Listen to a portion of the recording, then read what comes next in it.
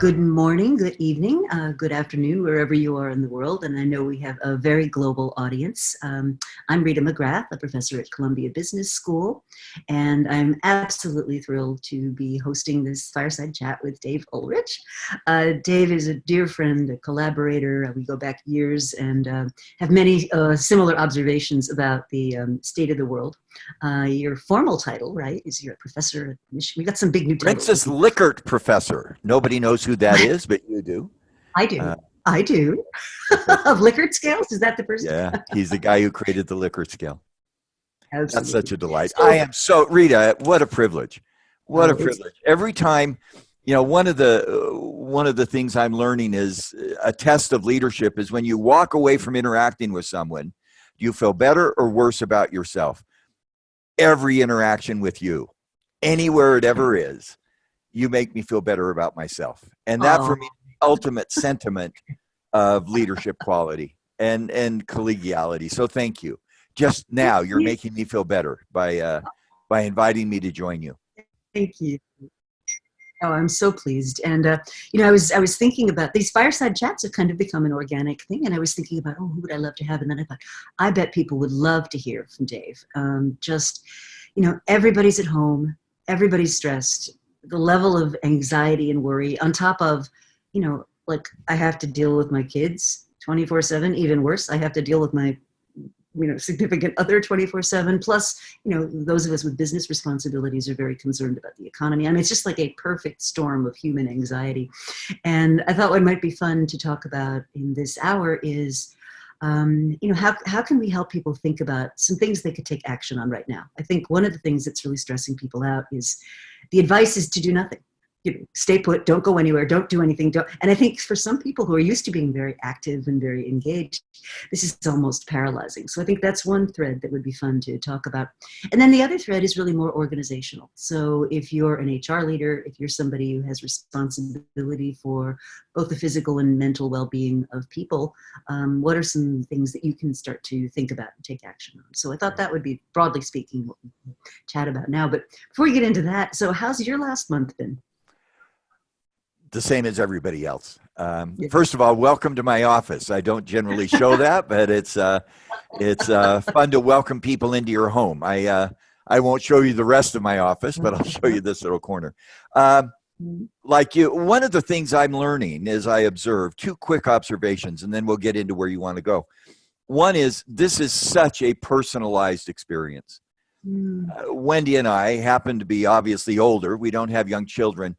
We have 3 children with grandchildren, and they're doing homeschooling. They're doing a work-life issue, and the stresses on them are so different than us. And some are living with health problems and friends who have health problems. We're blessed not to have that. And so one of the things I'm recognizing is this is a very customized, personalized experience. And I appreciate that. The second broad issue I'm starting to think about is everyone wants certainty. What's going to happen? When is it over? One of the things, and you've done this so much in your book, seeing around corners. Well, how do you see around corners when there is no corner? I don't know where there's certainty. When will this slow down? When will this end? I don't know. And leaders, I think, give false hope when they say, and we've seen political leaders do this, governors and federal leaders, here's what's going to happen. We don't have a clue. No. We simply don't have a clue. And at least, and go ahead, Rita. Thank you. This is really unprecedented. Yeah, you're absolutely right. Yeah. So one of the things you talked about is rapid. And to me, what's fascinating about this moment is, you know, my work has tended to be kind of on the fringes of innovation, uncertainty. You know, let's create something out of nothing. That's tended to be where I've been. And the bulk of people have tended to be more in what I'll call the core area, you know, where you can have predictable patterns and you sort of know what's going to happen. And next year is going to be a lot like this year. And, you know, that's kind of where most people have been. And all of a sudden, the world that we thought was so stable and certain is being pushed into this high uncertainty mode. And most people have never had an experience of that. So you talk about learning rapidly. And I think one of my observations would be when you're in a situation with this level of unprecedented uncertainty, the best thing you can do is learn, and learn as fast as you can, but in small chunks. So maybe you could comment on that. Totally agree. And again, I commend people to look at your work around from the very beginning when you did the work on entrepreneurial mindset and market busters and discovery through growth. And I'm trying to get all of your works in here at once. Very gracious of you. But I think one of the mindsets that Carol Dweck and others have done brilliantly is learning. And I'm going to push the assumption a bit because learning says what worked, what didn't, and this kind of not a formal after action review that was institutionalized through the U.S. military, but how do I constantly be in a what's working, what's not working? The only thing I'd like to challenge a little bit, and you've done this brilliantly in your work, the work on resilience and growth mindset and grit and learning usually looks backwards. What happened? I hope we also look forward and we say, what do I anticipate happening out in that unknown future? And instead of overcoming what's wrong, begin to create what's right. And so what I'm finding with some folks right now is when they can celebrate success and success on a pathway to a future, it gives them a sense of hope. Again, I agree with overcoming resistance, overcoming problems. I face that every day. What worked, what didn't. What I really love is to look to the future and say, where do I want to go? A quick example. I was working a couple of weeks ago, one of my last in-person meetings with a group of very, very good business leaders, and asked them a question. In this crisis, what do you want to be known for by those who respond to you? Big company, 40,000 people. They listed some things, and I said, go for that. And it was around care, it was around concern, it was around compassion, it was around competence. Go for that. Lead to the future, not the past. Don't overcome, let the bureaucracy go and anticipate where you're going. And then start to celebrate success. Quick example. They each went around, there were, I think, 12 or 13 of them, and said, who's a hero in your unit, in the supply unit, in the manufacturing? Go back and name that person and why shortly. Go back now to your unit and say to that person, Sally, Ramondo, your name was just shared in front of the executive team. You're a hero. Thank you. That for me is celebrating what's right, not overcoming the resistance of what's wrong. We have to do both. I think that's so positive. That's just great. You have mentioned, I know you've done a couple of pieces on the role of HR specifically in helping organizations navigate this uncertain future. We have a fair number of folks from that community on this, that are in our audience. Any specific bits of sort of advice they can take to heart? I'll tell you what, I'll share mine if you'll share yours. Okay, sure. So let me start. I did a column on LinkedIn, and I'm trying to post more on LinkedIn, and we can talk about some of that idea. But I believe HR folks are, by the way, we love first responders. When there's an earthquake, when there's a fire, even today, our healthcare people, our grocery store clerks who are at the grocery store, the restaurant people, they're on the front line. I think HR people are the emotional first responders. I think business leaders are ultimately accountable and people are accountable to themselves. So my heart goes out to the HR people as the emotional first responders. And here's the challenge. You've got to give care. I called it a caregiver, and some people didn't like the word. I know somebody who's a sweet, sweet and dear colleague who's the caregiver to her father, who's helping her father as he goes through some surgery and as he goes through healing. I'll get emotional on that. We are caregivers, and there's emotional healing that's going on in these organizations. On the other hand, HR simultaneously got to be an ambassador or an architect of a competitive organization. You're going to hear this come up a lot in the next 30 or 40 minutes. I think that paradox between caregiving for employees and competitive organization in the marketplace is an incredible challenge. And my heart goes out to HR folks who navigate that challenge and who also navigate a paradox. Who's ultimately accountable and responsible for those things? It's ultimately a business leader. It's ultimately the employee themselves. How can I help you as an employee take care of yourself, the caregiving? How can I help you do work and activities that helps us succeed in a changing marketplace. So I think HR is caught between those two things. What does that mean behaviorally? Make sure that we don't overdo the caregiving. Make sure that we do care for employees, but make sure that we also hold them accountable. We do have to manage costs. We do have to manage customers. Don't overdo the customers. We're going to fire everybody. That's silly. Navigate those tensions and raise the issues. Raise the issues in a meeting. Here's a paradox I see. What do you think we should do? And I love the idea of navigating that, not managing it. When you manage a paradox, you solve it. When I read through your book on discovery driven growth, there isn't one pathway. There's this constant navigation as you go back and forth. So I shared mine. I'd love to hear your counsel. Sure. So I think one of the things we get very hung up on is that if you have a goal, that there's a specific path to that goal. So our goal is X, Y, Z, blah, blah, blah, blah. And on a personal level, I'll relay a conversation that I've had with folks. So you say to them, well, tell me about your aspirations for your career. What would you like to do? And they come back and they say, well, I'd like to be the VP E4 level Q, level in the organization, right? And, or I'd like to be the VP of marketing, let's say. And you say, well, why is it you want to do that? And if you push them enough, eventually they get to, well, I want to be in a position to elevate the creative people around me. I want to be in a position to really influence where our brand is going. I want to be able to make decisions at my own discretion without having to, get permission from the chain of command. And if you can get them focused on that, then you say, well, okay, how do you get those things without necessarily having to go the path of VP, EQ, whatever it is? Because when you open it up, there are many, many, many possible paths to an outcome. So I think that's the first thing I would really encourage HR leaders to be thinking about, which is, yes, we kind of know where we want to get to organizationally, but there's many ways of doing that. And complementary to that, I think we're in the midst of what I'm calling a great unfreezing. So a lot of assumptions that we've made about how things get done, why we've always done it this way. Oh, legal would never let us, the mountain of objections you get to doing anything that's different in an organization, they're going to be gone because nature has forced our hand.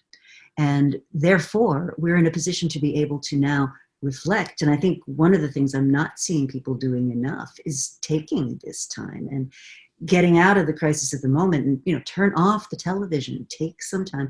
What would you like to rebuild? Like, what are those things that have been screwed up for years and there just wasn't the emotional or fiscal energy to tackle them? Well, guess what? We have the opportunity to rebuild now. So that, I think, is where, when I look forward, that's what I'd be thinking about. And so, at the universities, how do you rethink what curriculum is? If you're in a service business, how do you think about building more connected relationships with customers? If you're in a very bureaucratic place, how do you think about achieving the same goal, but perhaps not with all the layers that you need? So there's, I think, a great unfreezing that we have to look forward to. I really love that. Do you remember, and now I'm going to date me and I may date you, I hope. And me too. Do you remember when you first started to learn about systems theory? It was yes. One of the coolest things. I discovered my favorite word of all time, and it's called equifinality. And in systems theory, the fundamental logic is there's multiple pathways to an outcome. And that's what you just described so brilliantly. I'd forgotten that word. I love. We have a parlor game, and people say, "What's your favorite word?" And I always use equifinality because I love it. I mean, if the goal is not a position, that's silly. That's a title. The goal is influence and impact and making a difference. And then equifinality. How do you get there? And systems theory says there's all these moving parts that you can begin to create. And I really love what you just said. The other thing, if I talk to HR people, and I have the privilege periodically of doing so, as do you, one of the things I think HR people get locked into is they focus almost exclusively on people.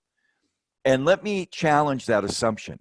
We did some research, and I love research, and I know you've done so much research in Columbia and others. We looked at the outcomes of a business, market share, customer, investor, business financials. And we looked at the quality of the people, my 5 fingers, and the quality of the organization, the capabilities, competence, capability. And we did our statistics. We had 1,200 businesses, 30,000 people. Here's what we found.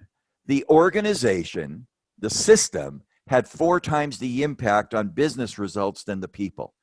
And so if I'm in HR, yes, care about the people. Treat them, they're the ingredients. They're the core elements of what makes any organization work, but also be so thoughtful about the capabilities, the culture, the systems, the processes. It's the workforce and the workplace. And I think in HR, if we're architects, not owners of that workplace, for example, everybody's working at home. I'm working at home. You're working at home. I'm assuming that if folks watching this or listening to the tape, you're almost all working at home. Everybody says, what does it take to work at home? And we go through all the logistics, find a private place, accept that people are going to have a drink while they're on call, all those stuff. You've missed the point. The real key to working at home, how does your work at home build value for your organization's culture in the marketplace? So it doesn't matter where we work. I can work at home. I can work. I'm going to bet, Rita, you've even written some chapters in your great books on airplanes. So have I. I dedicated one of my books once to the Toshiba laptop computer because that's where the book got written. I don't care where you work. The boundaries of an organization, and we're seeing it now, are not physical. I go to work, I go from work. Right. The boundaries of an organization are the values we have that enable us as a firm to create value for our customers. And so I don't care where you work. Am I doing things in the next 12 hours or 8 hours in my home office that a customer would get value from, or an investor, or a community where we live? And when that's the mindset, we begin to rethink what we're doing. Because the goal is not where you work. The goal is how you work so that value is created. Anyway, just commenting. I love your comments. And so let me build on that, because something when I look forward, something I'm very hopeful of for, and I think you and I are on the same page on this, is, over the last 30, 40 years, we've deluded ourselves by essentially outsourcing good jobs to cheaper places and creating massive numbers of what are basically rotten jobs.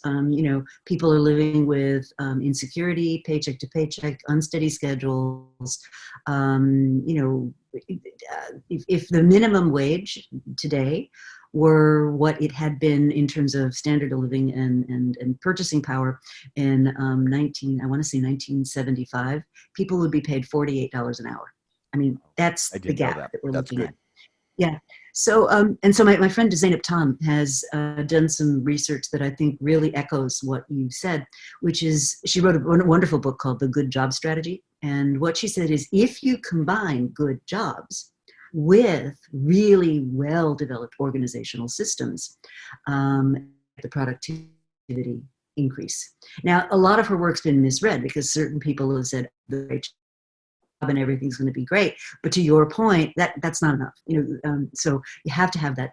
And Zainab's an operations professor. She's not an HR person. She came to this conclusion through her work on organizational systems, not human ones. But that's her fundamental input. And she's got a great institute called the Good Jobs Institute. But I'll also call on some work I did years ago on how sophisticated HR systems work. And I did this with a colleague, Marianne Cook, back in the day. And she had this incredible data set of what she called sophisticated to less sophisticated organizational practices. And unusually for someone studying human systems, she also had performance data for this huge number of firms that were in this study. And we partnered on the study because I kind of did the strategy piece and she sort of did the people piece. And here's what we expected to find. We expected to find that organizations that were very service intensive, so law firm, professional service, people, systems, by which we mean a complex of training, development, defined career paths, careful succession planning, a list of kind of what was at the time considered to be best practices in HR. And we came up with a composite measure. And so what we expected to find was heavily HR dependent organizations would have a greater performance impact from sophisticated sophisticated HR systems. We could not have been more wrong. What we found instead, and I think this speaks to your study, is asset-intensive companies were actually the ones that experienced far greater performance effects. And this really, when your total hypothesis is completely unproven, it's kind of a learning moment, right? And so we got to thinking, and I said, I've got it. I know why this is happening. Think of the Exxon Valdez, one person, who hasn't been alert, or, doesn't have backups, or the chain of command is weak, or whatever it is, one person can create a disaster because they're so heavily leveraged with assets. The responsibility is so incredible. And that really got me to thinking, to your point, the organization is the thing that leverages that human talent.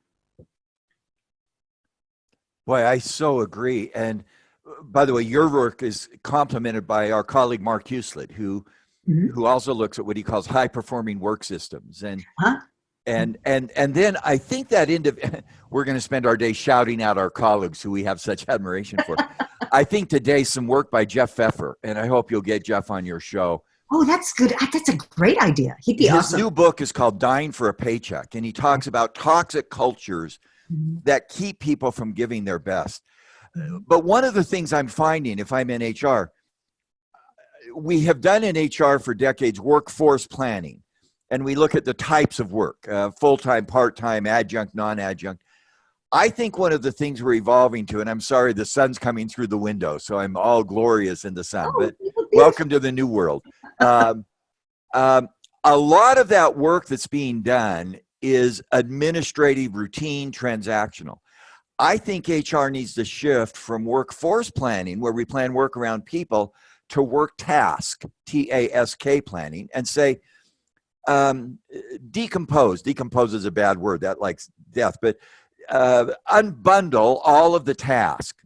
Some of those tasks can be done through AI, through robotics. Do that. And then look at the task where people bring their unique creativity, their skill, their best insights. And so when I now go into companies, I don't start with workforce. I say, given your strategy and what work you're doing, what are the tasks that have to be done? Which of those tasks can be done through full-time employees, part-time employees, contract employees, and technology? Technology is a piece of that puzzle. Some people overstate it. Everything's going to be done by technology. That's silly as well. But there are some of those tasks that we can do through both. I'm really curious, and this is a question I'm running into, so I'm going to ask you a question, Rita, that I'm struggling with. I'm working with some executives right now, and they're literally experiencing a pipeline or a tsunami of information. You come to work, you get 50 emails, you get 100 texts, depending on your age. I get emails, my kids get texts. And they're getting inundated. It's almost like Henry Mintzberg's Nature of Managerial Work in the 70s. You're just inundated. How do you help people separate signal from noise? Because there's an enormous amount of noise out there. And there's some things that you just have to pay attention to, because if you miss it, it's going to have major implications for your company. I'm trying to help business leaders and HR professionals. What's noise? Just, this is 15 minutes, it'll pass, let it take its course, or give it to somebody else. But how do you discern what's really signal that if I don't pay attention to this, something could blow up? And I'm not looking for an answer. I'm just looking for somebody like you who's, I mean, your work around seeing around corners really gets into some of that. And I think it would be helpful for me and maybe for others. Sure. So couple of techniques that I use with people. The first one is, I call it the 5 most important things test, right? So if you were to think of kind of sequencing your world, right? 5 most important things that have to happen, because if those things don't happen, all the rest of it doesn't matter, right? So, business continuity, the health and well-being of your people, getting financing, right? I was on a call yesterday with a senior leader of a very major corporation, and he said, all we're doing right now, like my entire finance organization, is getting our ducks in a row so that we're first in line for government support when that support becomes available. And, he's getting back this, oh, well, yeah, but we've got the audit and we've got all these other things to do. And he's like, F the audit. We'll deal with the audit when we need to deal with the audit. Right now, I want us first in line for that cash, because that's the lifeblood of our organization. So I'd say the first thing is really try to think of what are those top 5 things that really, if those don't happen, the rest of it is just noise. So that's I know you're going to go to a second point. How do you define most important? The things that are the things that threaten the viability or the possible functioning of your organization in a meaningful way.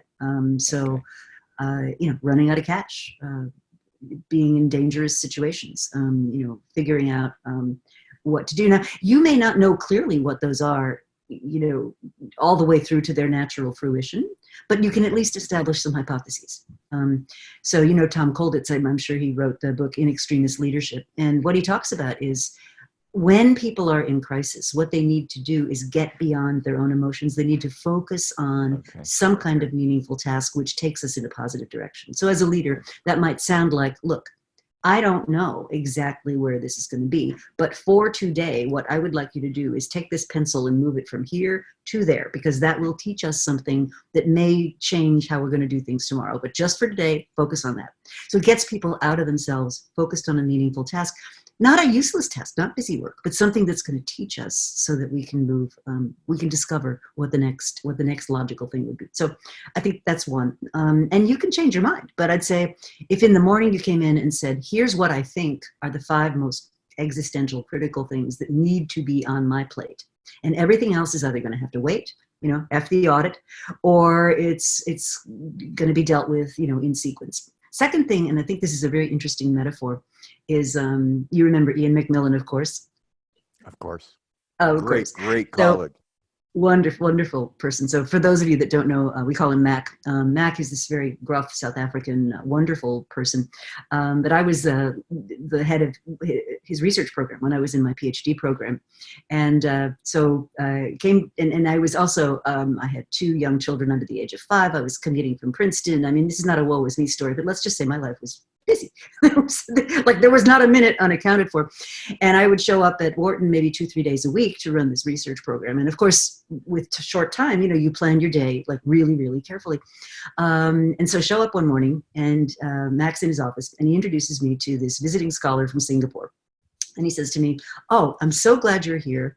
What I'd like you to do is take him over to the Snyder, the Wharton School, and, introduce him to the following faculty, take him to lunch at the faculty club. In the afternoon, there's a seminar going on. Would you just accompany him to that? And I'm kind of looking at him, and you can only imagine what's going on in my head. And I was like, could I just talk to you for a second? And we went in the other room, and I said, I just want to explain to you, if that's the most important thing, I will do that. But I want to explain to you what is not going to get done if I have to spend the day with this visiting scholar. And I laid it all out. And he goes, oh my goodness, I had no idea. So we found some graduate student or something to show him around. But here's the thing. He had no idea what was on my plate. So we invented a metaphor, and we call it the truck. And it's when one person is giving a task to another, you have the right to say, well, here's what's on the truck, and the truck is full. So if I'm going to take this other thing on, what comes off the truck? And it's not, I think it's important to say, I'm not saying I'm too busy, I can't deal with this. It's not that you're unwilling to take on the task. It's let's connect on what's important, and let's both understand what the trade-offs are. Because I think a lot of times there's these miscommunications when people feel, oh, that person's not cooperative, or that person's not willing to put in the extra effort. No, that person is busy and stressed, and let's agree on what's on the truck and what's off the truck. So I found that to be a really useful technique. Last thing is the concept I call chunking, and I got this from Clayton Christensen. And we tend to think of a project or a process as though it's all got to happen at once, because this is our one chance, right?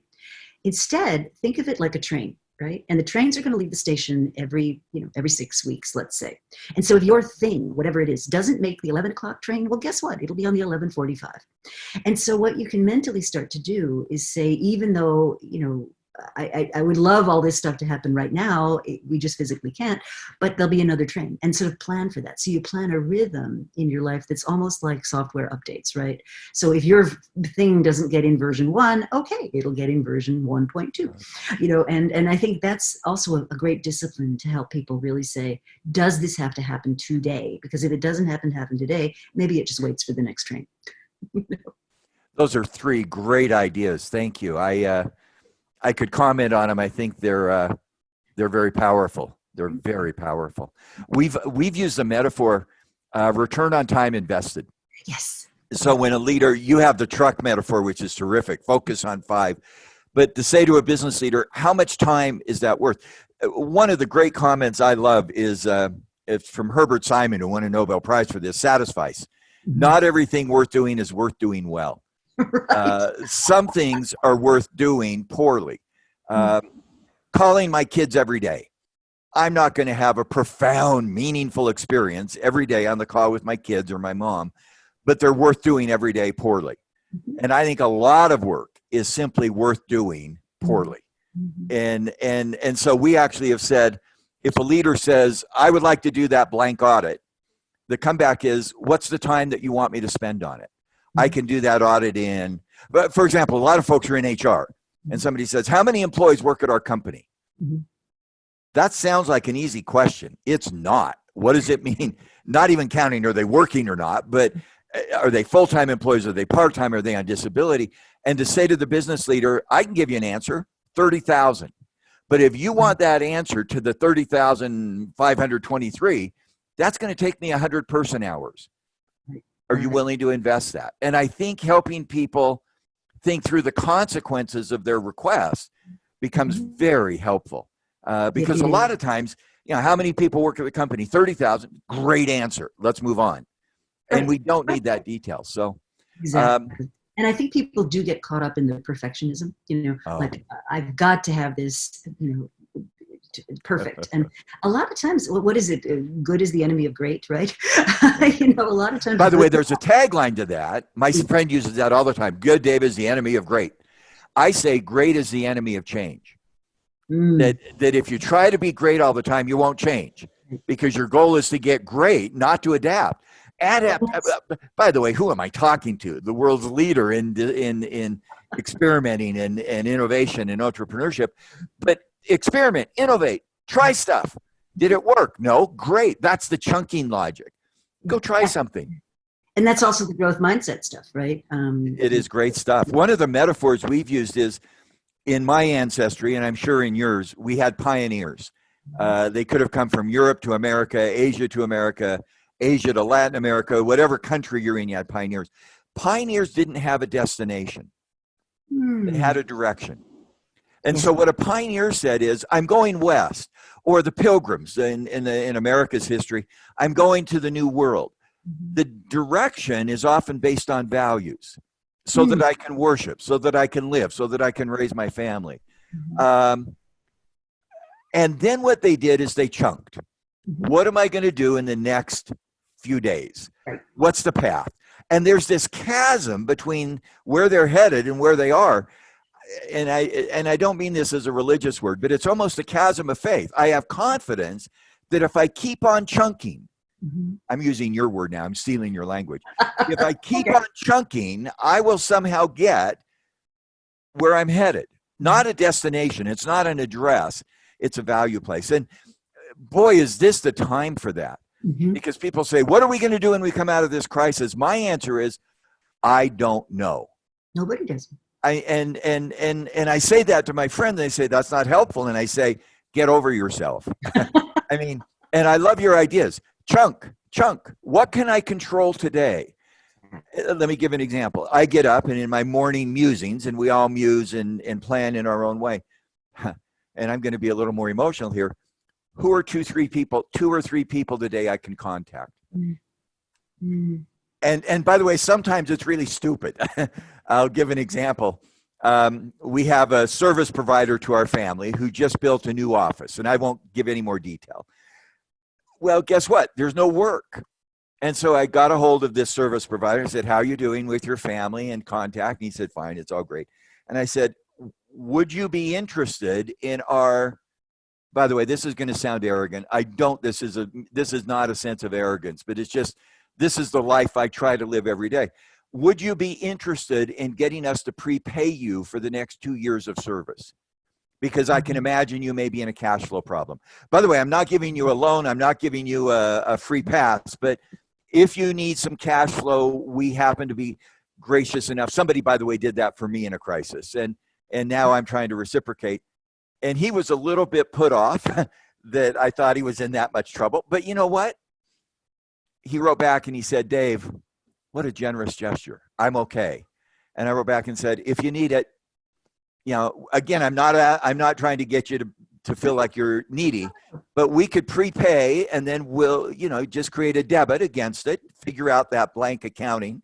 I won't say that anymore. That's inappropriate. But anyway, so I'm curious. The CEO in question, by the way, was very blunt. I mean, I'm modifying it a little.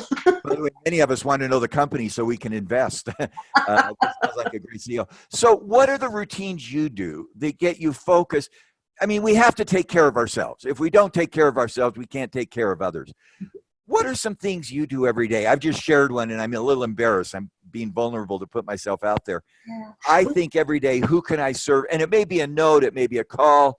Well, you're thinking, I'll give one other example. In our community where we live, people are sheltering and they're nervous. So last Sunday, we bought 10 paper bags for lunch bags.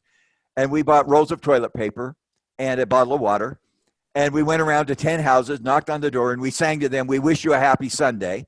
And we gave them the bag from the porch and said, "This is the most precious gift in the world." Where we are, there's no toilet paper anywhere. Oh, wow. This to you as a source of deep respect. And they 6 feet away, they opened them. "You gave me a roll of toilet paper?" I said, "Well, we were thinking of you in sacred places." And by the way, somebody 2 days ago brought the bag back with the empty holder and said, "Thank you." It was now, I mean, what a stupid thing to do. But in the middle of this pandemic that none of us have ever experienced, can we find ways to care for each other in a more personal way? I'd love to know what you do, Rita, because I think people need to see, they see your brain, you got it, your books are phenomenal. I hope we can also see your heart. Oh, absolutely. So a couple of just stories, and then I'll get to the everyday. So there's a little bar, an Irish bar in New York, that my husband and I used to go to all the time when we were dating. And it's still there. And when we're in New York, we get the opportunity to pop in now and again. And it's one of our favorite places like on the planet. And I don't know why, but it popped into my head that, oh my God, this beloved little place, which is nothing fancy. I mean, it's just a small Irish pub. So I went to their website and I wrote to them and I said, look, like you, we would be very happy to prepay for, whatever. And the next beer's on you, that kind of thing. And I got a lovely note back saying, thank you so much. That means a lot to us. We really, really value that. What we've resolved to do is we're going to use this time when we're shut down. We're going to revamp the bathrooms. We're going to, update some of the fixtures. We're going to take all the pictures off the walls and scrub and clean and, do things that we've been kind of putting off for a while. And this gives us the opportunity to do that. And I think they own their own building. So they're not in that kind of, I'd have to make rent phase. But I mean, that interchange was just so nice. And they were so appreciative that a customer had reached out. Second story is, so Nina McLemore is a designer in New York. This is one of her pieces. And, nobody's buying anything. Nobody's buying clothes for work because nobody's going to work, So, and so she's trying to, keep things together. And in the midst of all that, she's taking part of her production facilities, which are in the garment district in New York City, and she's actually converting her sewers and the people that, she's very committed to American labor and build, her clothes are all made in the United States.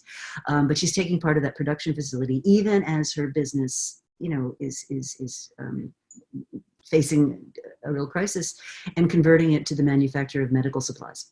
And I mean, talk about being moved. I just thought that was amazing and wonderful. And she's not making a big fuss about it. It's, probably nobody who's on this call has even heard of this because she's not using it for PR purposes, but she believes it's the right thing to do. So I just think that kind of thing is wonderful. Personally, I try to get exercise. I try to get sleep. I'd say I have a whole team of people around me, and we really try to connect with each other regularly, whether it's a Zoom or whether it's a phone or whether it's whatnot. It's just kind of how you doing, what's going on today. So I've got people on my team who have kids at home, teenage kids. And one member of my team has 2 teenagers, and think about their lives. Prom is canceled, school trip is canceled, graduation is going to be like on a screen. I mean, these things that they've been looking forward to for years are either not going to happen at all, or they're going to happen in a very different way than we all imagined. And I mean, you have to have empathy for that. So we try to build those empathy moments into our discussions. And then, for a lot of us, it's also, let's have some fun with this. So one of my team members who's on the call, Hailey, I mentioned to you, he's very obsessed about how things look. So I'm being like sternly educated in how things should look and what lighting looks like and all that kind of stuff, because it's mission critical now. I mean, it never used to happen. I think you call that the Luke effect. The Luke effect, absolutely. But, it never used to matter. I mean, being a professor before, as long as you didn't look like disgraceful, you could get up in front of the classroom and somebody else took care of the environment and the tech and all that. And now a lot of us are having to, create our own environments. So speaking of classrooms, something I did want to ask you was one of the things I found to be just incredibly negative is the rampant degree inflation that we've had just all over the world. So jobs that don't require a bachelor's degree, having the job rec, bachelor's degree required. And why do they do that? I think it's just to make life easier for the hiring managers, right? And so one of the things I'm wondering is, as work moves to be remote, as we can start to actually provide evidence of what people can do you think there's the potential to kind of get some kind of credentialing going that doesn't depend on the degree? In other words, does the degree become less important as a gating factor to finding the talent that we need in this kind of post-pandemic world? Again, we don't know post-pandemic world, but No, the answer is clearly yes. In the process of bringing people into an organization, I'm getting the sun stuff, which is frustrating. I wish Luke was here. In the process of bringing people, we know the steps, and the steps are going to always adapt. One, you've got to set the right standards. What do we need in terms of skills, both technical and social? And we know from all the research that the cultural social standard is more important. Second, we have to source the talent. Where does it come from? Full-time, part-time? And I said earlier, technology is now one of the enablers. Third, we have to screen that talent. How do we make sure that that person actually has the behaviors and the experience? And Peter Drucker used to say, if you could hit 333 with hiring, you'd be a success. It's hard, but we have to screen. Then we have to orient that talent, and then we have to make sure that they bring themselves in. I think those steps are less dependent on degrees and more dependent, and the standard is not, do you have a degree? The standard is, do you have a competence? So we see that in high tech, the Microsoft certification. We see some companies building that, degreed, and some of the other companies building a set of assessments. But you've still got to be real careful. There is a standard. There are a set of technical and cultural fits. There is a sourcing problem and challenge. How do we find it? Actually, we've all found that the best source of new talent is not a university. It's not Columbia or Michigan or Harvard. The best source my heart. Yeah, the best source of new talent is your current talent.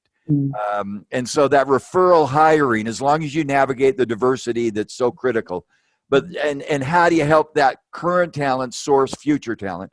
Then you got to screen people, give them pilots, give them experiments. Then you got to orient them, and then you got to get them to productivity as quick as they can. So those steps are the same. In fact, I get interested, and I hope it's not just because I'm older and defensive. Oh, it's all new. No, the fundamental processes are the same. But there's new ways of doing that through technology and through the research and other work we've done. And do you think there are some, given that the structure is the same, are there new tools? I work with Degreed, and one of the really interesting things that, for those of you that don't know Degreed, it's, I guess it's a little old to be a startup now, but it's sort of startup-ish. It's a unicorn. Now we call them unicorns. Oh, is it a unicorn? Okay. I assume it is. And what Degreed things is they kind of knit together with your learning management system, and they can actually provide a certification of competency for skills. As their chief executive is fond of saying, he says, I don't care where you got your knowledge, what I care about is that you have it. And I thought that's a really interesting and very different way to look at the workforce. You mentioned diversity, and another company I find just fascinating is an organization called Ultra Testing. And this was founded by 2 MIT grads. Are you familiar with them at all, Dave? I don't know them. No. Okay. So I know the Greed pretty well, but I don't know Ultra Testing. So what Ultra Testing does is they do technical quality testing. So you've done your programming, you're ready to move this thing into production, you're ready to launch it into the world. Somebody's got to look at it and make sure there's not a bug in the code or it does the right thing.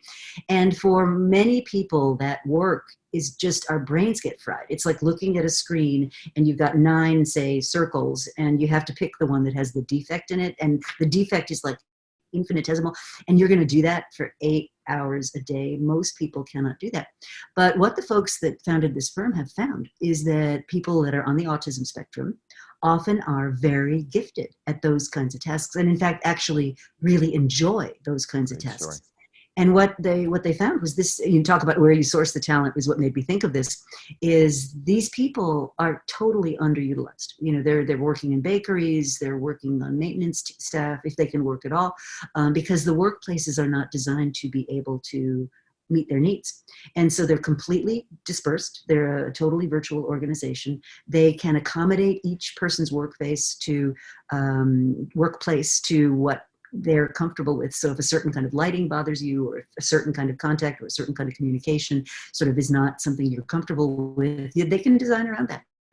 And what they've tapped into is this incredible pool of human talent that's just been left out. Great idea. And I'm wondering if one of the things we might be experimenting with as we go through this is, where are those pockets of human talent that we're not seeing? Where are those pockets of, I look at some of the folks that, are more on the workman-like side of Columbia University. And you look at the resilience and the creativity and the, having to figure it out when there isn't enough money and there isn't enough time and you're dealing with, and all that stuff. And, these pockets of human creativity that we're not brilliant yet at tapping into. So maybe this is a spur to kind of begin to work on something like that. Love the idea. And I'm seeing in the chat comments coming up that those who are parents of these children and were grandparents of some of those children, what a privilege to see that there's opportunity. In the diversity field, I think we've often looked at how are people different. I think we need to start with where are they the same? What can they contribute? And again, that's back to that idea. Don't just look at what's wrong, look at what's right. Look at what people have in terms of their gifts and their talents, and where can we put them in the field. One of the things, and I'm going to preempt a comment, I've been hearing a lot about people getting stressed and almost tired of, we're living in this crisis and the TV is all bad news and charts of mortality rates and curves. And so I started to think, how can I help people I talk to begin to envision that future? I'm going to share a very quick metaphor. And it comes from my son-in-law, who's a doctor. You're driving down the road and you see an accident. He jumps out and does first aid. You get the victim out of the car, you stop the bleeding, you do triage at some level. I think that's where we are in this crisis. It hit us so quickly, nobody knew it was coming. And individuals, you're now at home with 3 kids trying to do homeschooling. You're working at home when you've never done it. Some of us have done it forever. Welcome to our crazy world, and we hope you don't end up growing up like us. But I think the first phase of accident is simply first aid, assessment. We're not planning. We're simply reacting. And triage, I think, is a really good metaphor. You just react. You jump out of the car, my son-in-law, or as a doctor, jumps out, stop. The next thing is the ambulance comes, and there's a bit of a transition phase. And so our accident victim, metaphorically the individual or the organization, what goes on in an ambulance? Emotional support. You're going to be okay. Deeper diagnosis. Why are you bleeding? Connection to experts. Let me get help. I think some companies and people are now beginning to say, some people are saying, oh, we're a new normal. Well, that's stupid. The ambulance isn't normal. It's not normal for me to be in my office and Rita, my close friend, to be in her office. But there is a transition phase that we're going to see, and some are moving there. Then you get into the hospital. You get deep expertise. You get systems. You get a solution. I think in this crisis, individuals are going to reassess their solutions, and organizations are going to build processes. What do we need to change? And then finally, we go home. And, for some of us, after an accident, home is a fundamentally new identity. Heaven forbid, you lose a limb, you're handicapped. For me, I've had some health problems recently. It's not a life change. It's not an identity. It's actually adapting a new set of issues that I'm going to have to live with as I go forward. That's the new normal. And the new normal is going to be very different. So let me do it again very quickly. There's an accident phase where it's triage, just react.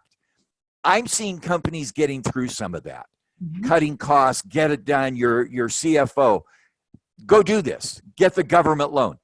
Then we have an ambulance phase, get some emotional support, begin to get help, begin to do diagnosis, then get into the hospital, understand the solutions, understand the systems, and then somewhere, and I have no idea where it's going to be in this crisis, we're going to get home. We are going to go back to work. There is value in office. There is value in connecting. There's value in engaging customers and processes. And that new home may be a new identity. That's kind of cool. Or the new home may be adapting new insights that we didn't have before and new lifestyles. So if I've had a health problem, maybe I've had a foot problem and I've had some problems with my feet. Now it's not a new identity, but it's an insight. How do I care for myself in this setting? I hope in HR and business leaders, we can begin to look forward.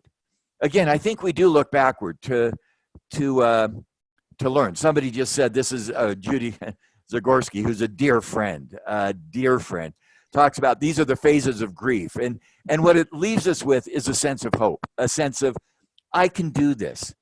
I'm going to leave this crisis better than I came into it. And I know that, and I know we don't have much time, Rita, that's what I'm trying to do. I'm going to make my final comment, and then I'm going to leave the last word, obviously, to you. I love the value of words. Somebody said once that words are more powerful than the sword. And I think they're true. Here's why. Words give us ideas. They give us ways to organize ideas. Ideas change the way we think, our mental models, our unconscious biases. The way we think changes the way we act. We behave differently because of those new mental models. That changes the way we feel. And it gives us a sense of optimism. In the face of despair, we can see hope.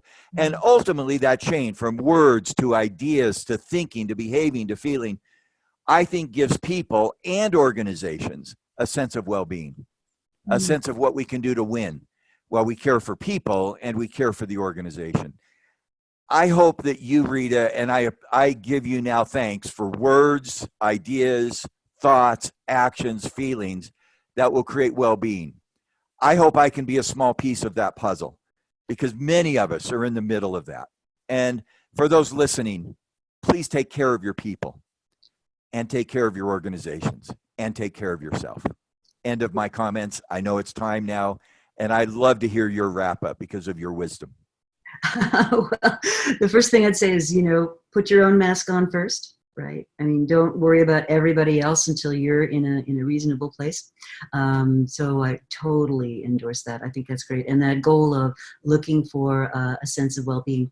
So where I would bring us is, there are a lot of very smart and very generous people putting a lot of their best ideas into the mix here. And if we are indeed in the midst, as I believe we are, of a great unfreezing, that opens up opportunities that we've never experienced. Certainly in my career, we've never experienced. And it's going to cut across every sector. Certainly the way we educate people, the way we add value at work, the way that we meet, the way we build trust. You talk a lot about trust, I know. And we've seen a real retreat from trust in a lot of our organizations over the last 10 years. What I'm starting to be encouraged by is, we're starting to learn expertise actually matters. Governments do things that markets cannot, and we need to be supportive of governments doing that. And the everyday heroes, that are keeping the wheels turning and, putting themselves at some kind of risk are actually a lot more important than I think our society has been willing to recognize, either in terms of their own well-being or in terms of compensation or in terms of a lot of other things. And I'm seeing the early stirrings of labor beginning to say, wait a minute, we matter too. And I think there's a lot of kind of early warnings that we could be on the brink of something I'll call the rendezvous with destiny that Franklin Roosevelt talked about. And he talked about when things are tough, we need, as leaders, as government, we need to make sure that society's resources are distributed in a way that enables better outcomes for the many. And that created a mountain of experimentation. And that really created a lot of the world that we have today. And I think we could be on the brink of a future that is like that. So this session, the time flew. What happened? It has been recorded. We will edit the recording. Thanks, Luke, and we'll get it sort of in a nice shape, and then we'll make it available to people if you'd like to forward it on to people in your organization. So, Dave, if people want to know more about you, where can they get more Dave, more inspiration, more ideas? I discovered about 2 years ago that books are a great way for big ideas. And I'll just mention some of the great books that I've read lately: Entrepreneurial Mindset, Market Busters, Discovery Driven Growth, End of Competitive Advantage, Seen Around Corners. These are blockbuster ideas. But a lot of the chunk ideas, a book takes 3 years, a year to write, a year to edit, or a year to think about, a year to write, and a year to get published, or maybe a chunk edit to 2. I started posting on LinkedIn about 2 years ago. I post a new article every Tuesday. And 1 week it's a 1,200 word article. 1 week it's 100 words. And I've started finding I really like that pace. They're not big blockbuster ideas. They're small, chunky ideas. And so I'd encourage people to follow me on LinkedIn. I'm posting every Tuesday, and I just put up 10 tips in 10 days, which is way outside of my comfort zone. And I'm still doing the big books, but I really like that chunking. So I'd go on LinkedIn. All right, we will follow you on LinkedIn. For those of you that are interested in learning more about me, my website is very creatively called ritamcgrath.com. I publish a monthly newsletter. If you're interested, it's free. Just put your name in the website, and you'll get that in your inbox once a month. And then I'm on Twitter and LinkedIn and all those other places you would find people like us. So thank you. By the way, I better say my colleagues would shoot me. We have a website, www.rbl.net. And they would shoot me for not mentioning it. Results-based RBL.net. Yeah. Okay, we'll make sure to mention that in the as we distribute the video. So let me wrap up by saying thank you all for joining and giving up an hour of your time. This has been just amazing and so uplifting, really uplifting. I always, as you said, I always feel better talking to you. So thank you.